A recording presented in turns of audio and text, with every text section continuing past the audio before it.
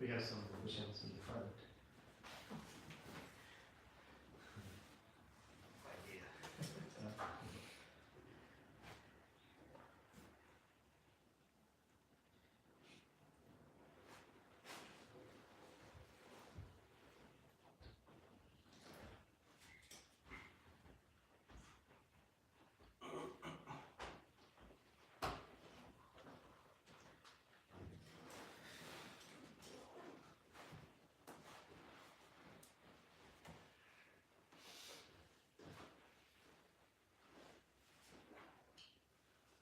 Okay, I think it's a good time to start. Let's begin with the chanting.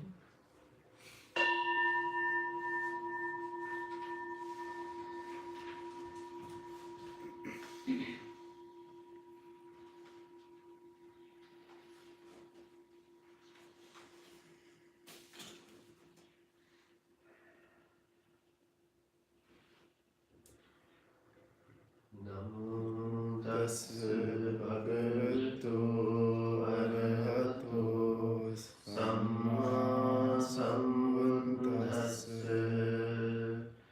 Namo tassa bhagavato arahato samma sambuddhassa. Namo tassa bhagavato arahato samma sambuddhassa. Buddhang saranam gacchami, dhammam saranam gacchami, sangham saranam gacchami, dutiyampi buddham saranam gacchami, dutiyampi dhammam saranam gacchami, dutiyampi sangham saranam gacchami, tatiyampi buddham saranam gacchami, tatiyampi dhammam saranam gacchami, tatiyampi sangham saranam gacchami.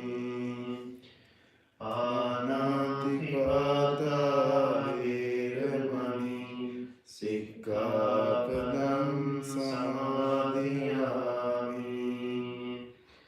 Adinādāna vīramani sikkhapadam samadhiyāmi.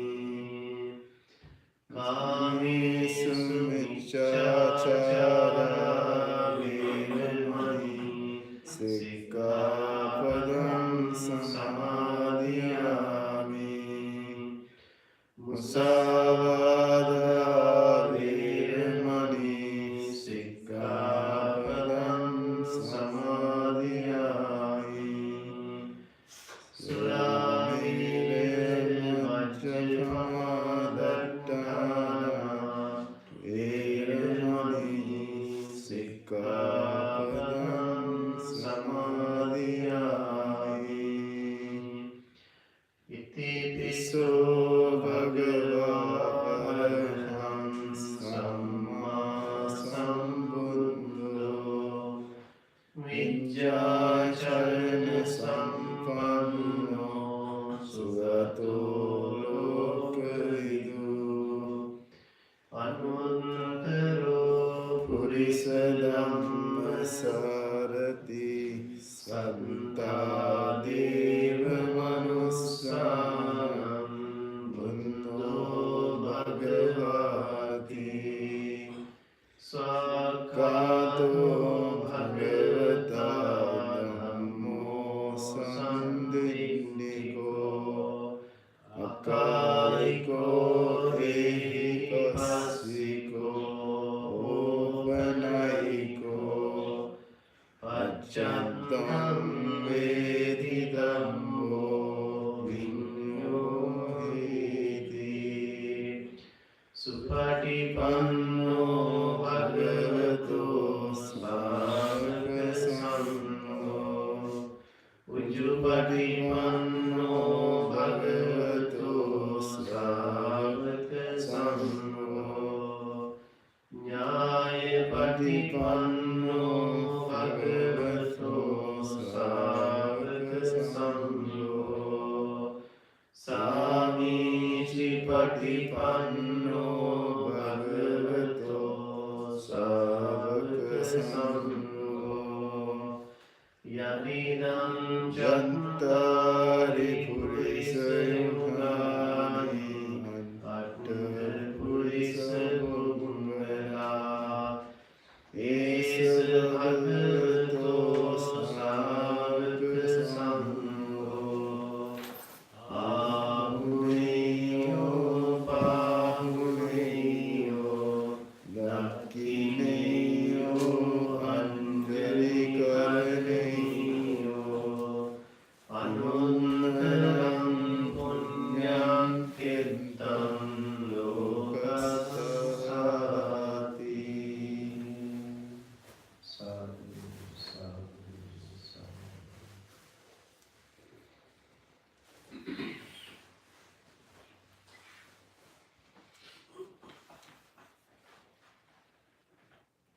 Okay, now let's take a couple of minutes to relax our body and calm the mind.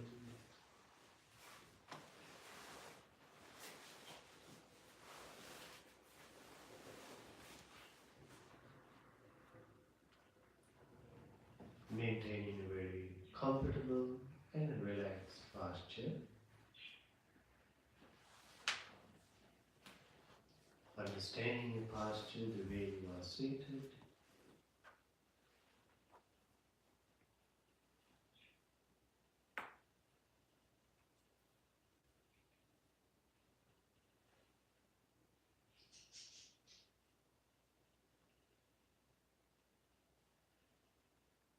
Understanding the surrounding, paying your mindful attention.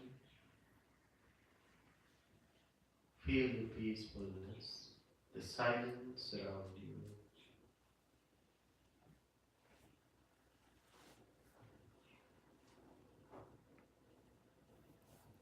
Taking a few deep breaths, some long, mindful, gentle breaths, releasing any tension and negative energies from your body,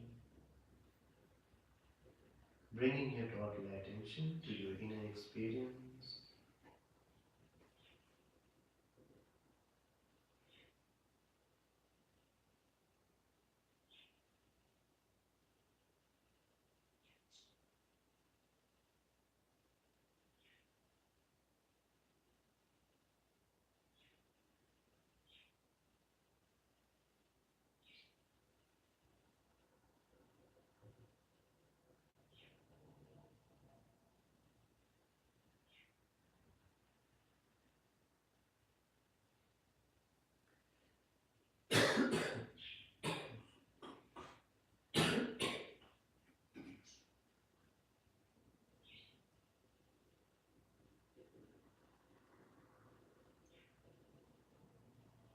Understanding the breathing process.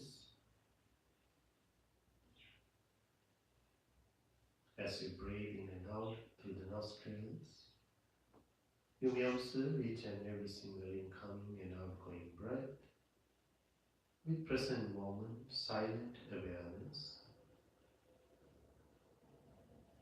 allowing your body and mind to relax with each breath.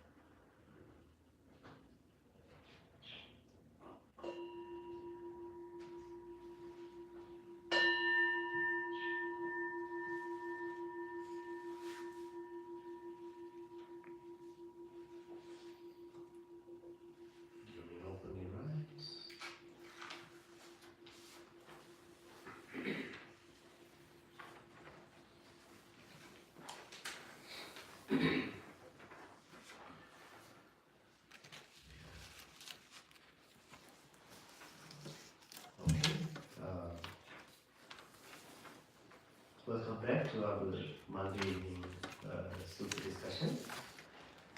So today we selected the Pahārāda Sutta, the Sutta of Great Ocean. This is in the Anguttara Nikaya, the Numerical Discourses, in the book of 8. So we can start the discourse. I think everybody has a copy.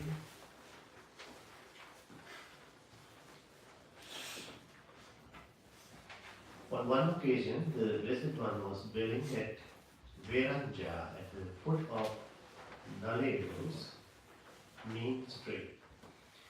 Then Pahārāda, ruler of the Asuras, approached the Blessed One, paid homage to him, and stood to one side. The Blessed One then said to him. So this sutta was taught to Pahārāda. He is the ruler of Asuras. The Asuras are actually, the Asura world is a different plane of existence, as the Buddha's teachings explains different levels of existence, different beings in the universe. There are different beings, human beings, animal kingdom, the hungry ghosts, divine beings. So these asuras are in between human and divine worlds, the level of this existence. According to the commentaries, these asuras are mostly living in connection with the ocean, closer to the ocean. So this is the king of that kingdom, Asuras. Pahārāda is the name. So this Pahārāda, the ruler of Asuras, approached the Blessed One and paying homage to him, he stood to one side, and then Blessed One spoke to him, asking, Pahārāda, do the Asuras take delight in the great ocean? So as they are dwelling closer to the ocean, Buddha asked this question, implying why these Asuras are living closer to the ocean, why they live like that. Then Pahārāda said to the Buddha, Bhante, the Asuras do take delight in the great ocean. They love the ocean. They love living closer to the ocean. And then Buddha asked again, but Pahārāda, how many astounding and amazing qualities do the Asuras see in the great ocean because of which they take delight in it? So what are the special qualities? What are these special amazing qualities of the ocean that the Asuras are delighting the ocean? What are the reasons? So then he replied to the Buddha, the Asuras see 8 astounding and amazing qualities in the great ocean, because of which they take delight in it. What 8? So he mentioned that there are 8 unique, special qualities of the ocean. So these are the reasons why Asuras are delighting the ocean. So then he explains what are these 8 qualities of the ocean, great ocean. The great ocean, Bhante, slants, slopes, and inclines gradually, not dropping off abruptly. This is the first astounding and amazing quality. So this is the quality. It's very simple. So we also know that the ocean slopes, slants gradually. it doesn't go deeper right away. So that is the first quality. And then he explains again, the great ocean is stable and does not overflow its boundaries. This is the second astounding and amazing quality. So this is also obvious that the great ocean does not overflow its boundaries, no matter how much rain it gets. Even how long there's no rain, there's no any changes in the water level considerably. So it doesn't exceed its boundaries. But we know, of course, there are situations when the tsunami happened, right? But it's very rare, right? So in general, the ocean does not overflow its boundaries. So this is the next reason, the amazing quality of the great ocean. Again, the great ocean does not associate with the corpse, but quickly carries it to the coast and washes it ashore. This is the third astounding and amazing quality. So that is also true, as we can see. The ocean never keeps the dead bodies, corpse, and even rubbish. Suddenly it pushes to the shore with its currents. So again, when the great rivers, the Ganges, the Yamuna, the Achiravati, the Saradu, and the Mahi reach the great ocean, they give up their former names and designations and are simply called the great ocean. This is the fourth astounding and amazing quality. So as we know, these are the very famous rivers in India. So when they reached the ocean, even though they had these previous names to identify, this is the water of Ganges, this is the water of Achiravati, Saradu, so on. But when they reach the ocean, they lose their previous own identities, but eventually they also become the ocean water. So this is the next quality. So the Pahārāda moves on.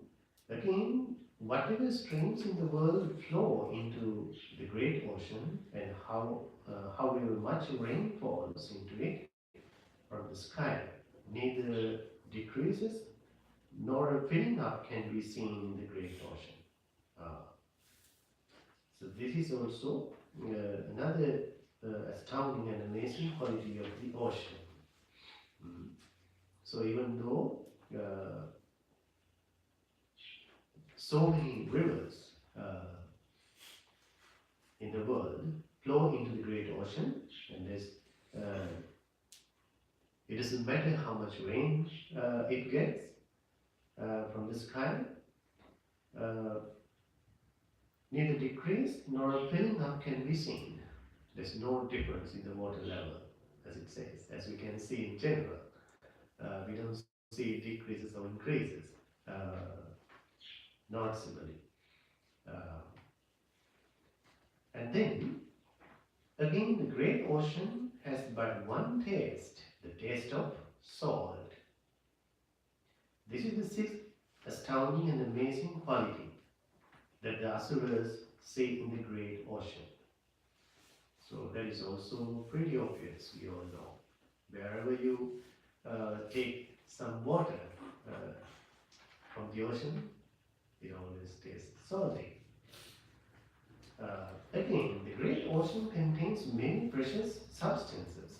Numerous precious substances such as pearls, gems, lapis lazuli, conch, quartz, coral, silver, gold, rubies, and cat's eye.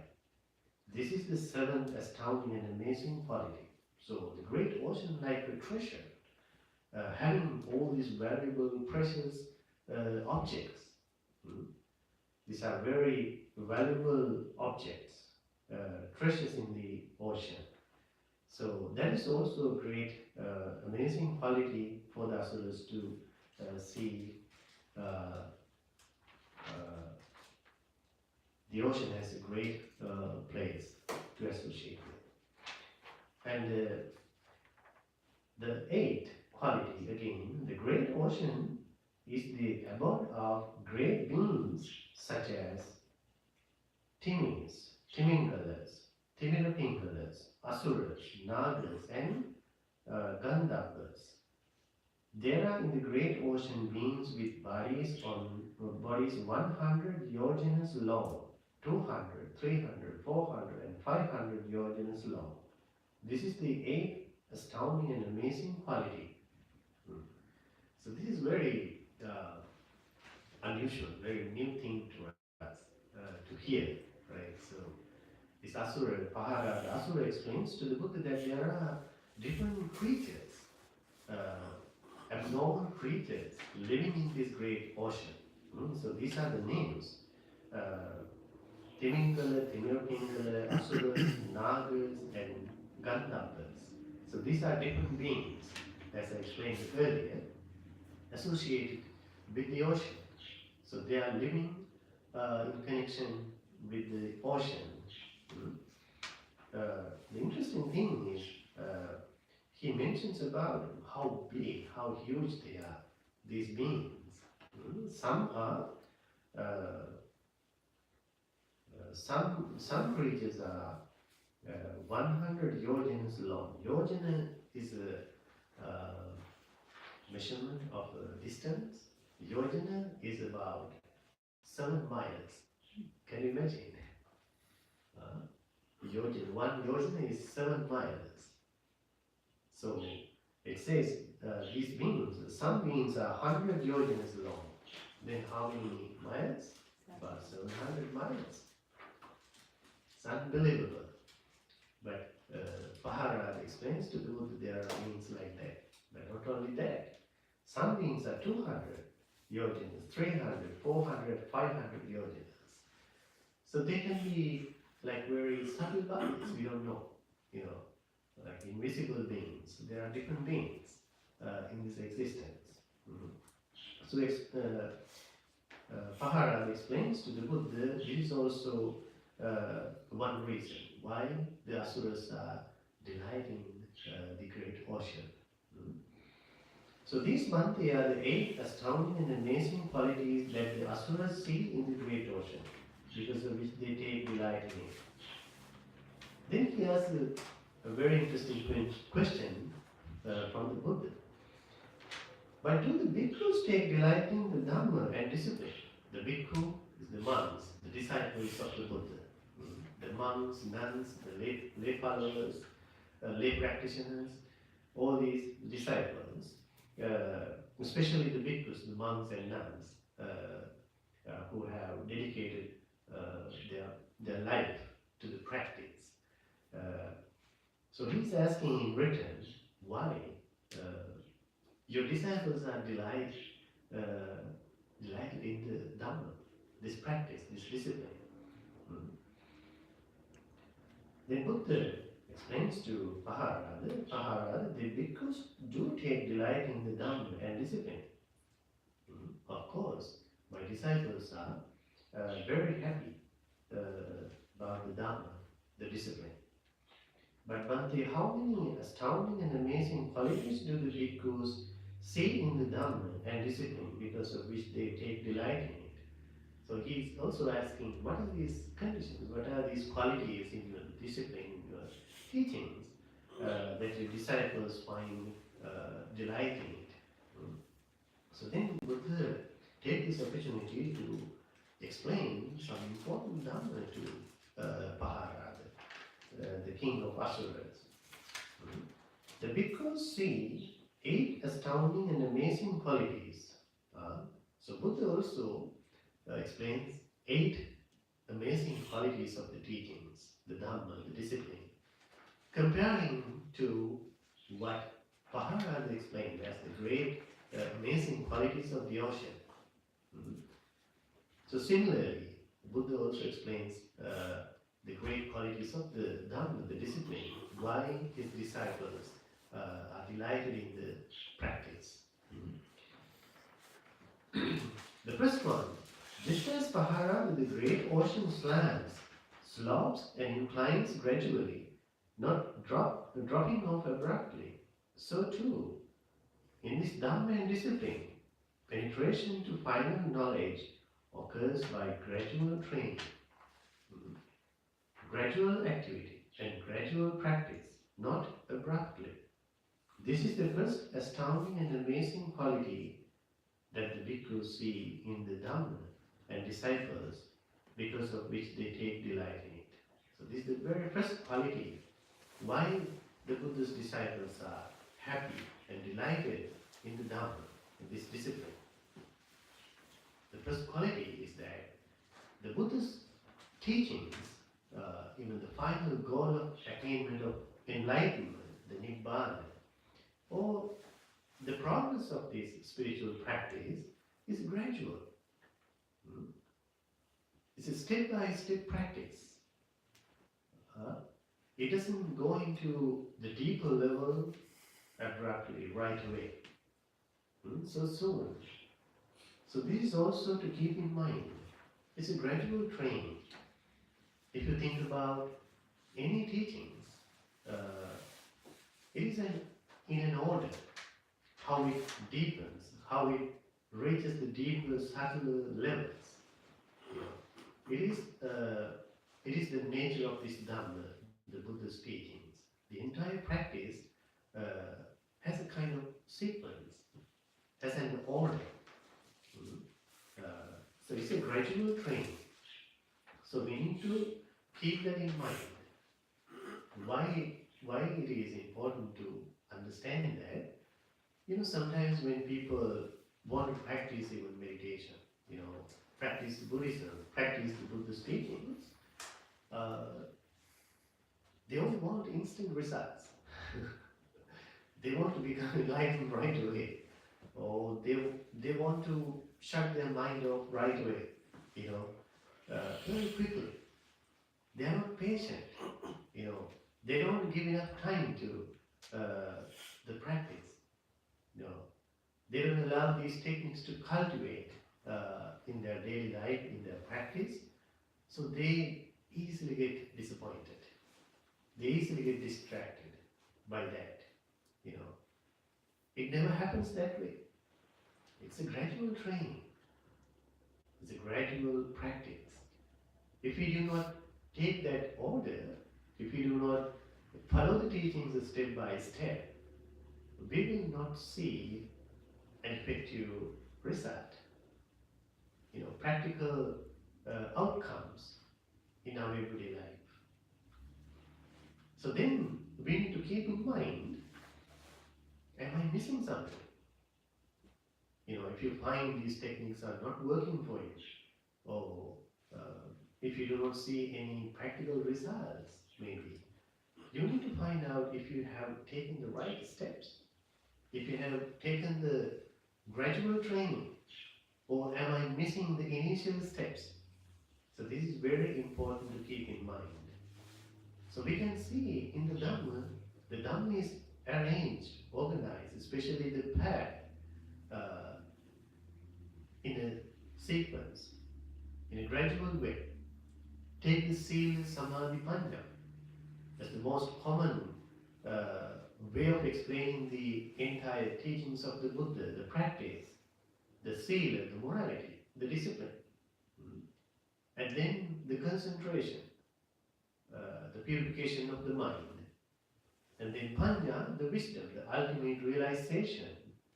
So we can clearly see how this entire path is gradually progressing, which simply means you cannot have a mental purification, a relaxed, peaceful, tranquil mind if you are not well established in a moral discipline. Okay? The moral discipline simply means to have some sort of control over our emotional activities. That is the purpose of the sila, as we have explained in many times here in these discussions. The sila practice is all about controlling our emotional reactions. Controlling our behavior means that, right? So we explained about the 5 precepts. That kind of self-discipline means helping us to control these emotional reactions, emotional disturbances in the most outer level of our life experience. That is the sila, the moral discipline. So in the teachings, it is considered to be the foundation of this path. So without having that foundation, we cannot move to the next step, which is the meditation, which is the controlling of our emotions in the mental level. In the initial level of the discipline, we control the most outer level of expressions of our emotions. Right? In the samadhi practice, we control the mental level of these emotions. You know, meditating on different meditative objects, practicing mindfulness, bringing our total attention to our inner experience, we understand these inner disturbances. And as we occupy ourselves with these wholesome meditative objects, these emotions get weak, they subside, you know, they get very controlled in your mind, that they no longer disturb your mental purity, your inner peace and tranquility. That is the samadhi practice. So if you do not maintain a very good discipline, the sila practice, the samadhi practice can be very difficult. It can be a real struggle. So this is the connection, right? This is how this path is gradually progressing. And then when we have some good practice in the samadhi practice, in the samatha meditation techniques, when we have some control over our emotional distractions in our inner experience, and as we maintain proper mindful attention to the circumstances, that is the way to understand the reality. You know, the peaceful mind, undistracted mind, undisturbed mind always sees the truth. This is what Buddha taught. You know, the panya, the wisdom arises from undistracted mind, a peaceful mind. So this is the gradual path we can see throughout the Dhamma. There's a sequence. So this is what Buddha explains here, just like the ocean. It never deepens abruptly. The Buddha's teachings, the Dhamma, the discipline deepens gradually. That is the first condition Buddha explains for his disciples to take delight in it. It's very important to keep in mind as we practice. The second, just as the great ocean is stable and does not overflow its boundaries, so too, when I have prescribed a training road for my disciples, they will not transgress it, even for life's sake. This is the second astounding and amazing quality in the Dhamma and discipline. So, when Buddha explains the Dhamma, and especially when Buddha propose any training principles, these disciplinary codes, practice, his disciples do not violate them. They do not exceed them. They do not transgress them. So how they take it? They take it with respect. They take it with a better understanding, knowing how this training these teachings can be helpful for them to overcome their suffering, their negativities. So this is not just out of blind faith or out of fear or anything, but with respect and better understanding. They undertake these training principles. They do not exceed them. They do not transgress them. So, just like the ocean does not overflow its boundaries. So this is the second condition of the Dhamma for his disciples to take delight in it. The third, just as the great ocean does not associate with corpse, but quickly carries it to the coast and washes it ashore, so too the Sangha, the disciples of the Buddha, do not associate with the person who is immoral, of bad character, impure, of suspect behavior, secretive in his actions, not an ascetic, though claims to be one, not a celibate, though claim to be one, inwardly rotten, corrupt, depraved. Rather, it quickly assembles and expels him, even though he is seated in the midst of the Sangha of bhikkhus, yet he is far from the Sanghas, and the Sangha is far from him. This is the third astounding and amazing quality of the discipline, the Dhamma, which simply means the Buddha's community of Sangha, especially here the monks and nuns, the noble community of monks and nuns, the dedicated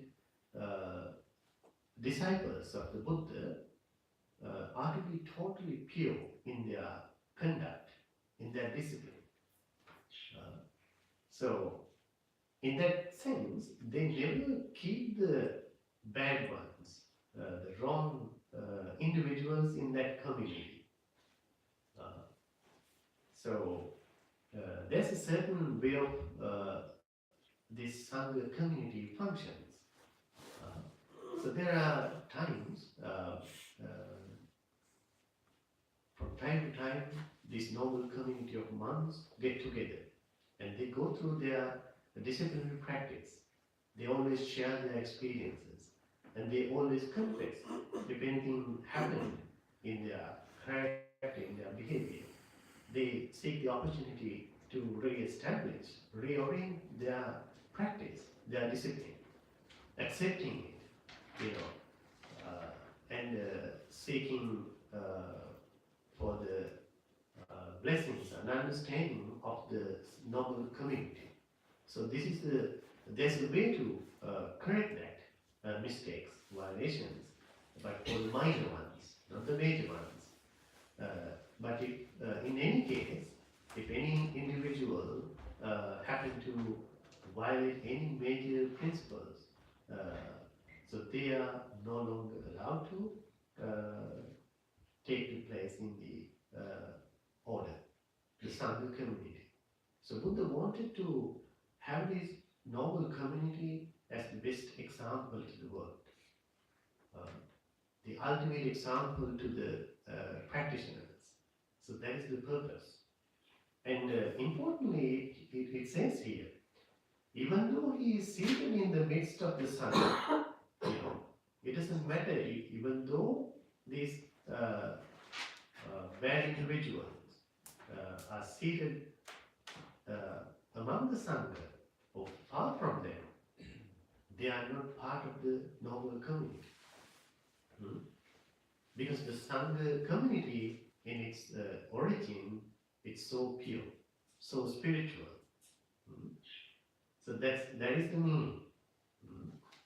So they come to know if there's any individual who are not according to the disciplines, they always get rid of them. So it's a part of the practice. Just like the ocean does not keep dead bodies. And also I see this connection into the practice also. In many places in the discourses of the Buddha, this is how even we are supposed to maintain our mind. You know, we never find delight in wrong actions, wrong behaviors, and especially mental impurities.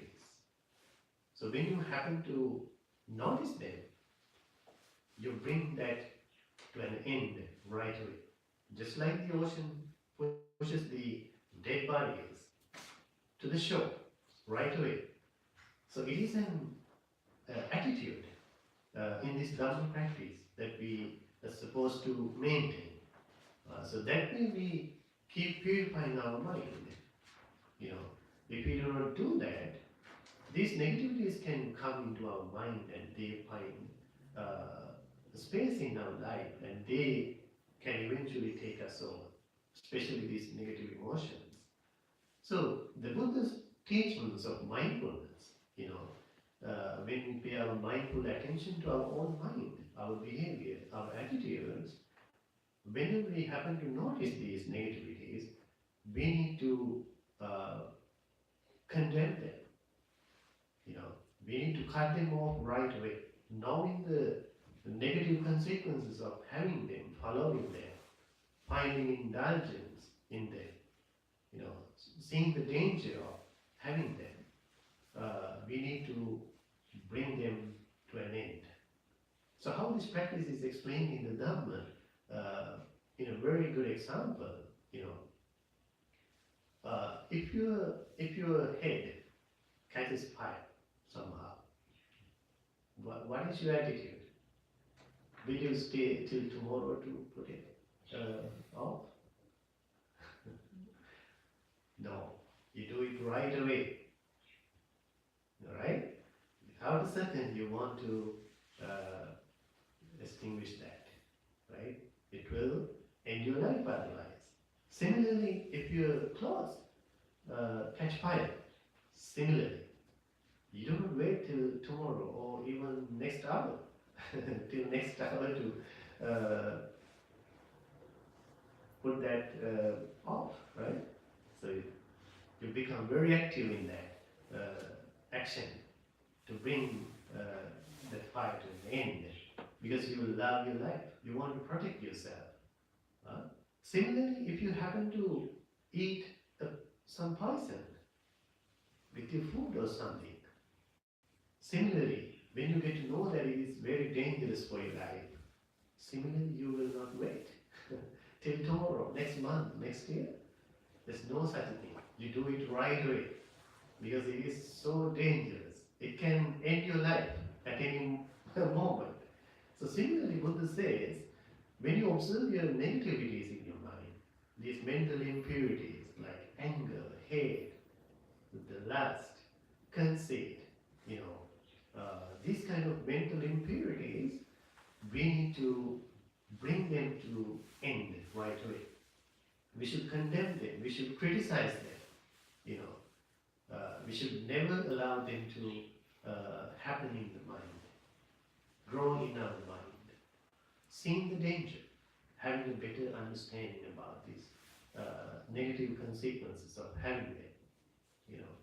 So this is also very implied in this factor. So Dhamma is like that. The discipline, the practice is having this unique quality.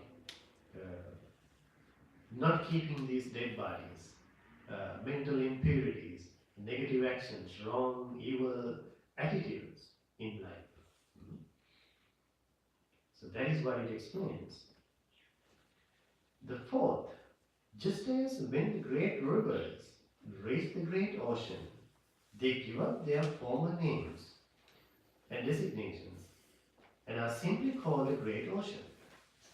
So too, when members of the four social classes, Khatriyas, Brahmins, Vaishyas and Sudras, go forth from the household life into homelessness in the Dhamma and discipline proclaimed by the Pahārāda, the Buddha, they give up their former names and plans and are simply called the ascetics, following the Sakyan sun.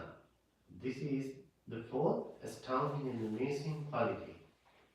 So it is also again the quality of the community of monks and nuns, especially when they get ordained, leaving their household life behind, going forth.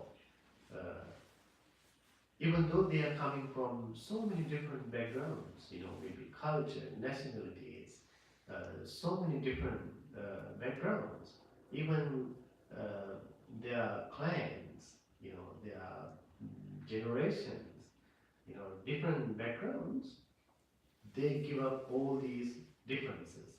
And when they get ordained, when they enter this order of monks and nuns, they are called the sons and daughters of the Buddha, the followers of the Buddha, the disciples of the Buddha. So they have no any own individual identities like before. Even though they happen to have a name for the identification and addressing purpose, but they don't identify with their previous backgrounds. So that is the commonality we can see in the Sangha community.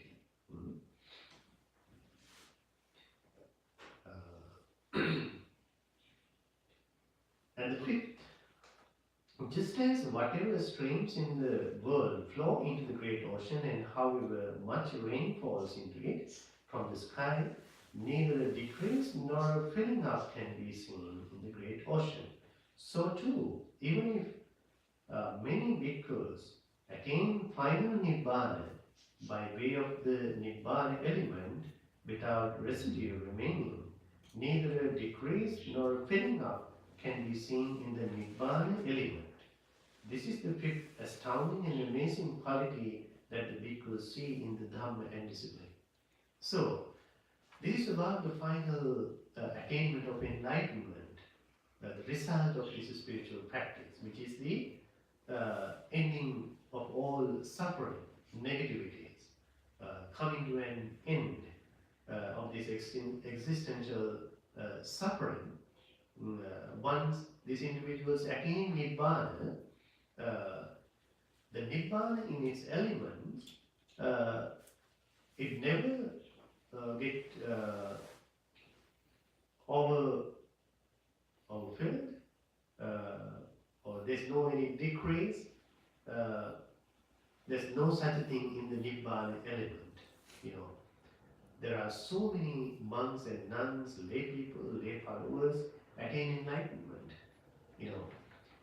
Especially during the time of the Buddha, even now it can happen. So Nibbana, this final goal, is having this unique quality. Just as the great ocean, there's no decrease or filling up in the great ocean. The Nibbana is also having the same quality. No matter how many individuals attain Nibbana, it is a very philosophical point actually to think. The Nibbana, once somebody attains the Nibbana, it is not like a place, not like a world or any existing entity as we can identify physically. So there's no such a thing in the Nibbana, because that is the total end of this samsaric journey, the process of rebirth. So when someone attains Nibbana, that is the total extinguishment of this process. So the Nibbana in that understanding never overflows, right? And there's no filling up or decrease, depending on how many people attain to the Nibbana, the enlightenment. So this is also a great quality found in the Dhamma, invisible. And the sixth, just as the great ocean has but one taste, the taste of salt, so too the Dhamma and discipline has but one taste, the taste of liberation. This is the sixth astounding and amazing quality. So this is also a very unique quality of the Dhamma.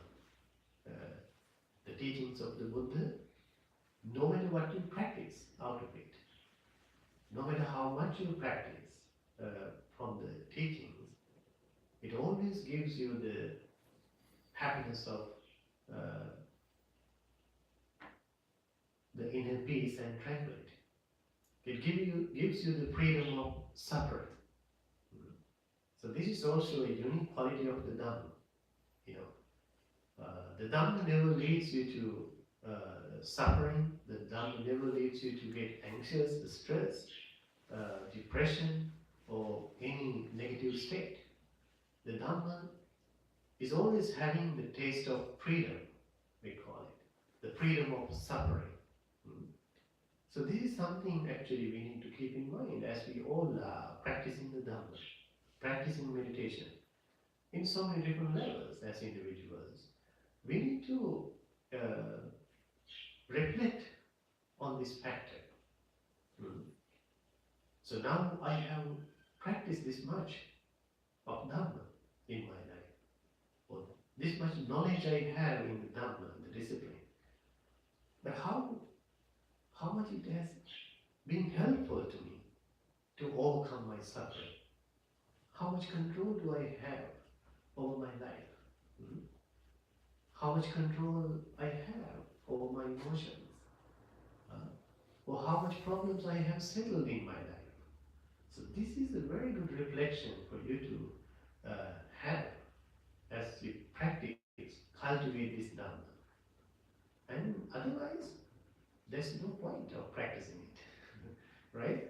If you take a medicine, if you take some medicine, you should be able to see that you get cured.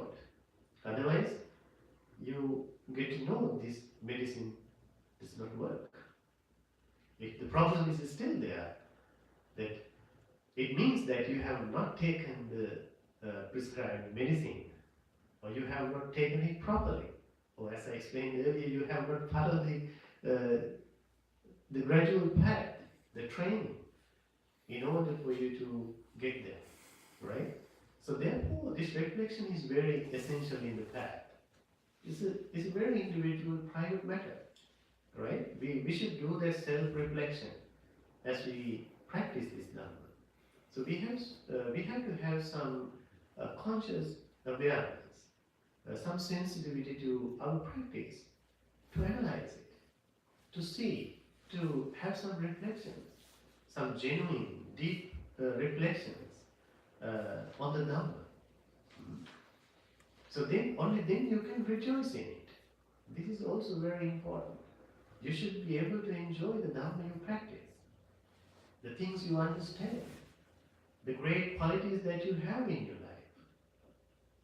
This satisfaction is very essential.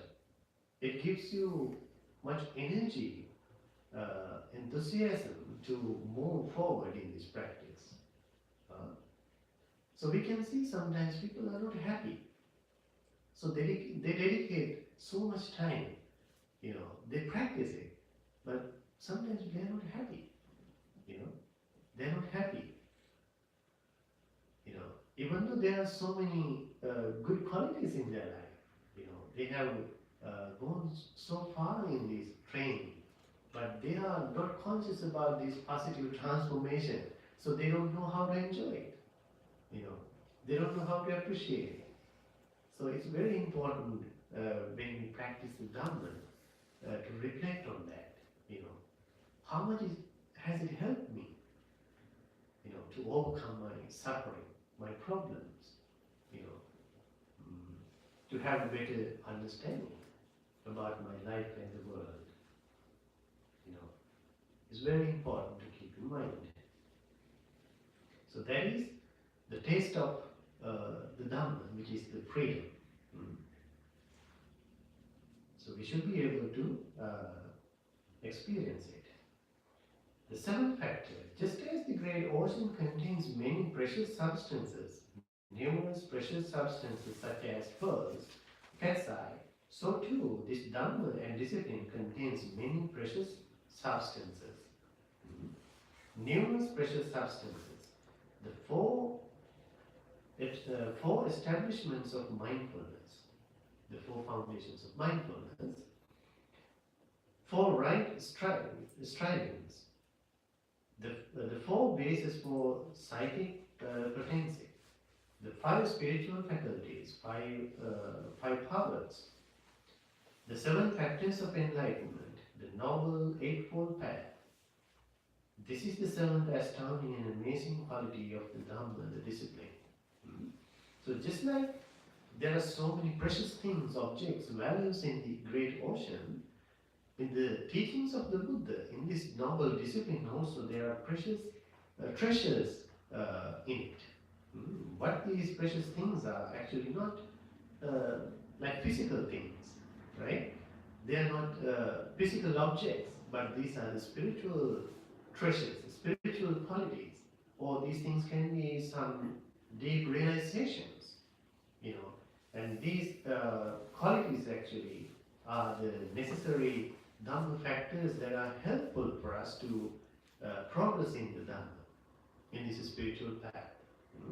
So already we know many of these qualities, right? The four establishments of mindfulness, the four foundations of mindfulness: Kaya Vipassana, Vedana Vipassana, Chitta Vipassana, Dhamma Vipassana. This is where we establish, we cultivate, we train our mindfulness upon the physical reality, the sensual reality, the mental reality, the conditional reality, the Dhamma. So these are the four foundations of mindfulness. They are so precious in the Dhamma, the teachings, when we practice the Dhamma. And four strivings, as we explained the other day: prevention, elimination, cultivation and maintenance. We apply the right effort towards these directions, these steps, practices. So the four bases for psychic potency, we call them the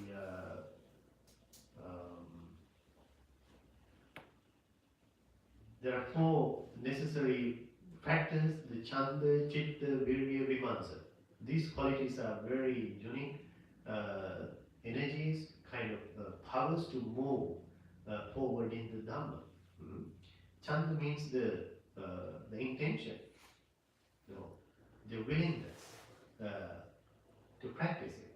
Chitta means how you apply your mind powers to that practice. And Virya means the persistent effort. Vimansa is the reflection, wise reflection. The four psychic potency, the five spiritual faculties, as we know: Saddha, Virya, Sati, Samadhi, Panya. Right confidence, right effort, mindfulness, concentration, and wisdom. And they are known as the five powers also. Five spiritual faculties in both aspects, both sense, both meanings. There are two meanings of these spiritual faculties, these five faculties, powers and energy. The simple meaning there. They give you the energy to move forward. That means they are pushing you through the path. And also as the power, they are dragging you, from the front. They are leading you in the right direction. In that meaning, these five faculties are explained as powers and energies. And then seven factors of enlightenment. Satta Bojjhanga, the mindfulness and reflection on the Dhamma, again the effort and I don't remember all these things now as we go through.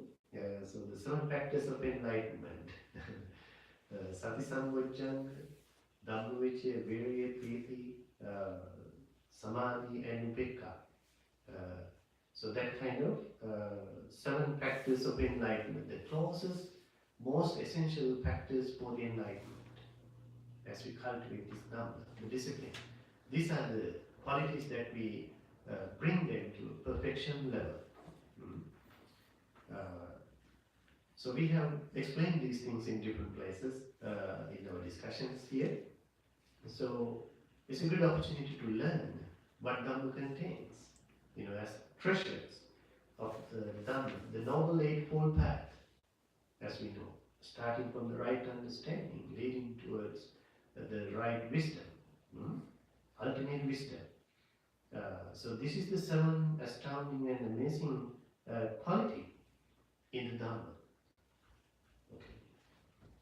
So finally, the 8th factor, just as the great ocean is the abode of great beings such as kings and Gandharvas, and as there are in the great ocean beings with bodies 100 yojanas long, 500 yojanas long, so too this Dhamma and discipline is the abode of great beings. So who are these great beings in the Dhamma? The stream mentor, the Sotapanna. There are 4 different stages of enlightenment, right? First, second, third, and the 4th. So they are namely the Sotapanna, Sakadagami, Anagami, and Arhat. The stream entry level, the once written, the non-written, and the fully enlightened one. So these are the 4 different stages of the attainment of enlightenment. So these individuals are in pairs, ones who have attained this level, ones who are practicing towards the attainment. So in that way, there are 8 individuals for the 4 different levels of enlightenment. Okay? So they are actually the Attapurusapuggala, as you chant in the qualities of the Sangha, in the chanting. So these are the 8 individuals who are practicing towards these different goals and who have completed the attainment of these different levels. So these are the great individuals, great beings in the sasana, in the Buddhist teachings, discipline.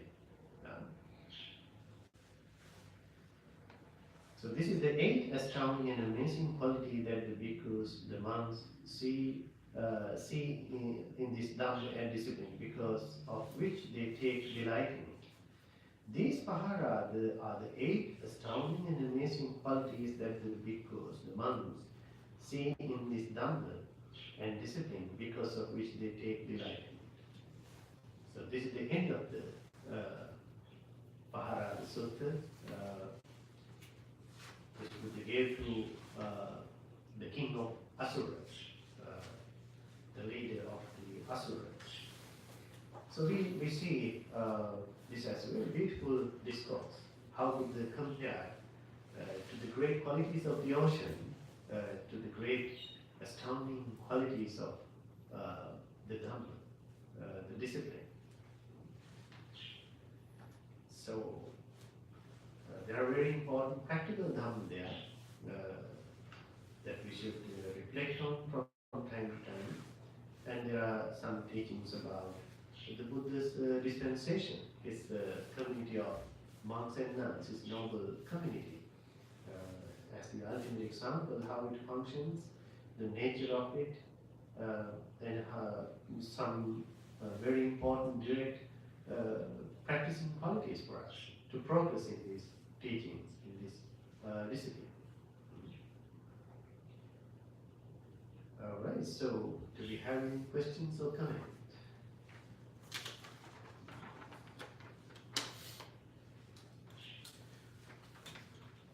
Anything to share? I will share. Mm-hmm.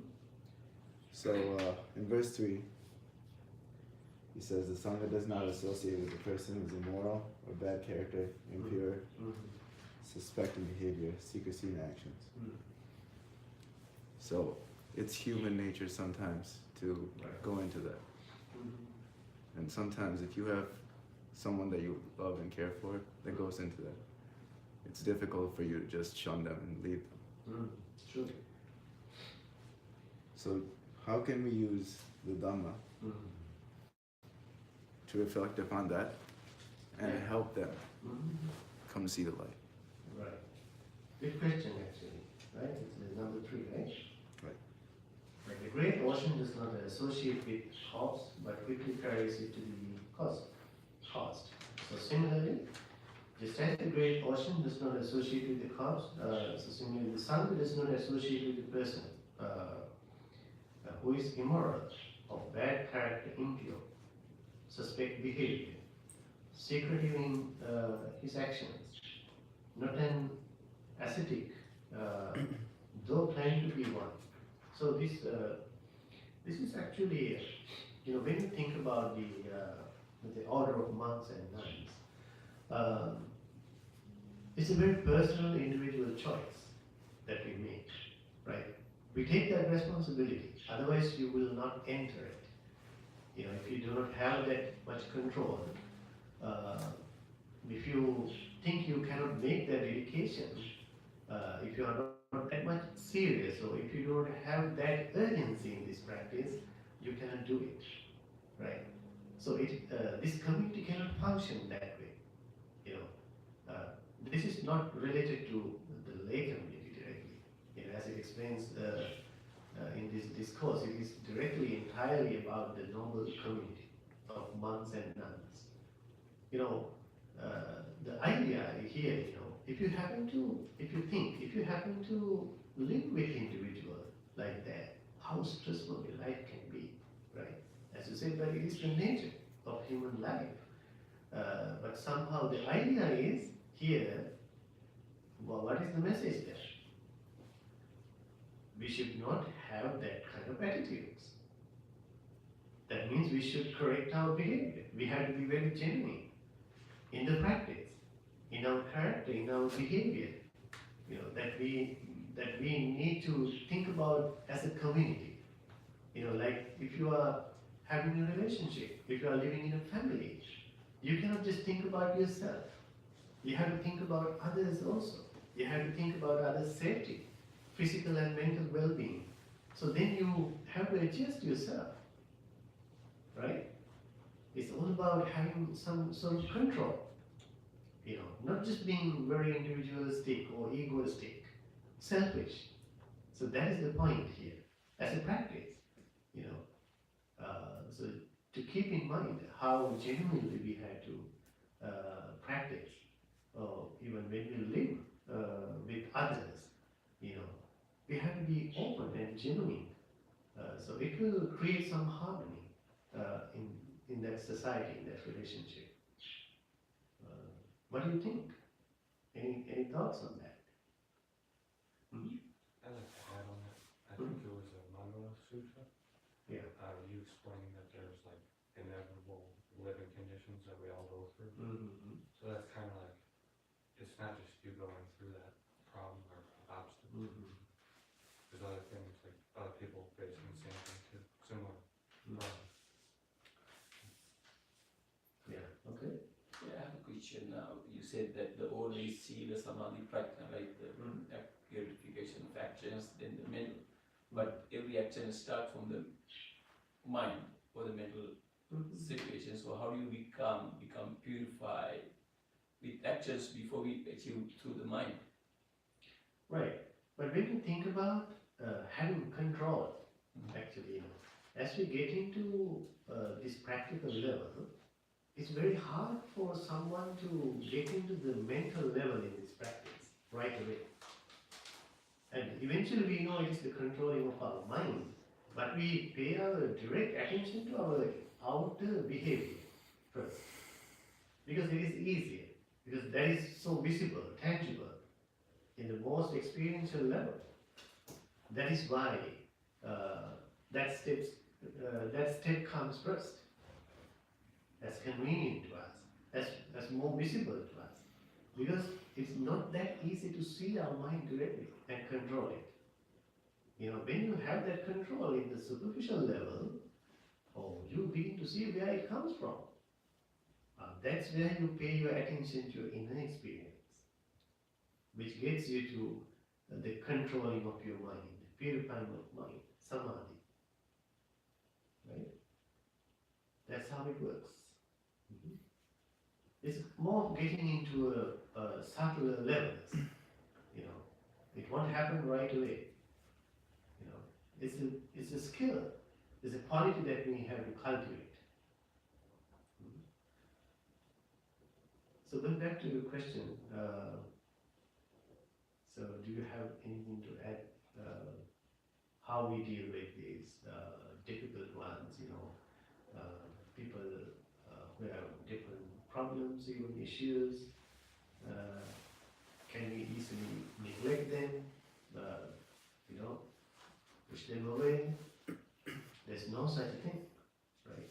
So in the Dhamma practice also in the spiritual community, as I explained earlier, there are remedies. There are opportunities to correct the minor mistakes, accepting them, taking up advices from the community, you know, always with respect and understanding. So there are ways to handle these things too, you know. That is how we keep the community pure and very well balanced. Anything else? Yeah. To add on to what he said, I think also just deepening your practice and trying to be a good example. If you're a good enough example, at least in my life, I've seen a great example and it's changed me. So I think that if we could be a good enough example for someone who is struggling, it can maybe show them a different way to be or the benefits of practicing the Dhamma. And maybe they would be even open to learning the Dhamma, studying. Yeah, that's true.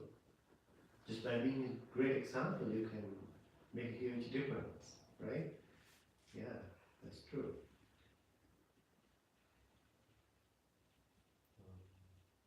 Anything else? Okay, so if you do not have anything, that will be for the discussion. So I have a special announcement about weekend meditation retreat, the last weekend of April, with Bhante Yoga Rahula. So you can sign up for that. I have put up a notice board. So you will get to know more details about the retreat soon. So we will publish that on our temple website. So please take that great opportunity. That Bhante has been here several times. It's a great opportunity